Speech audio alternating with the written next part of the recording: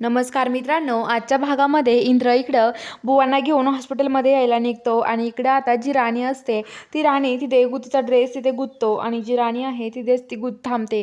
तर इंद्र म्हणतो की राणी थांब तू इथे, मी जातो बुवांना घेऊन. आणि आता लगेच जी राणी आहे ती म्हणते की इंद्र सर तुम्ही माझी वाट नका बघू, तुम्ही जा, मी येते पाठीमागून. आणि इंद्र जो असतो तो बुवांना घेऊन हॉस्पिटलमध्ये जायला निघतो आणि तो आता हॉस्पिटलमध्ये येतो आणि म्हणतो की लवकरात लवकर बेड बोलवा. आणि बुवांना ते बेड सायकलवर टाकतो आणि तिथून ते हॉस्पिटलमध्ये घेऊन जातात.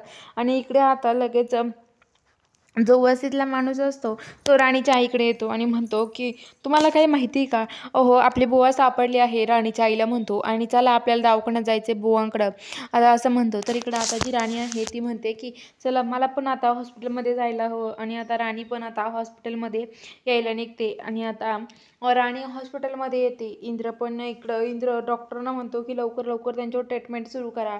आणि त्यांच्यावरती ट्रीटमेंट सुरू होते. तर आता इकडं राणीची आई पण येते तिथे आणि आबा पण येतात. आबा ते सगळे आल्यावरती ते सगळेजण बाहेर थांबलेले असतात आणि आता ते वाट बघत असतात डॉक्टर कधी चेकअप करून बाहेर येतील.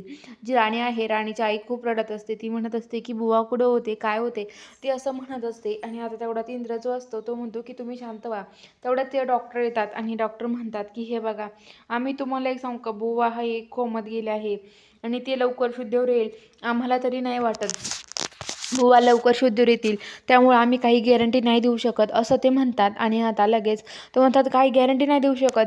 राणी लगेच खूप मोठ्याने रडायला लागते. आणि इकडं इंद्र पण म्हणत असतो राणी शांत हो, रडू नकोस, मी आहे ना तुझ्यासोबत, मग कशाला रडते, असं इंद्र म्हणत असतो.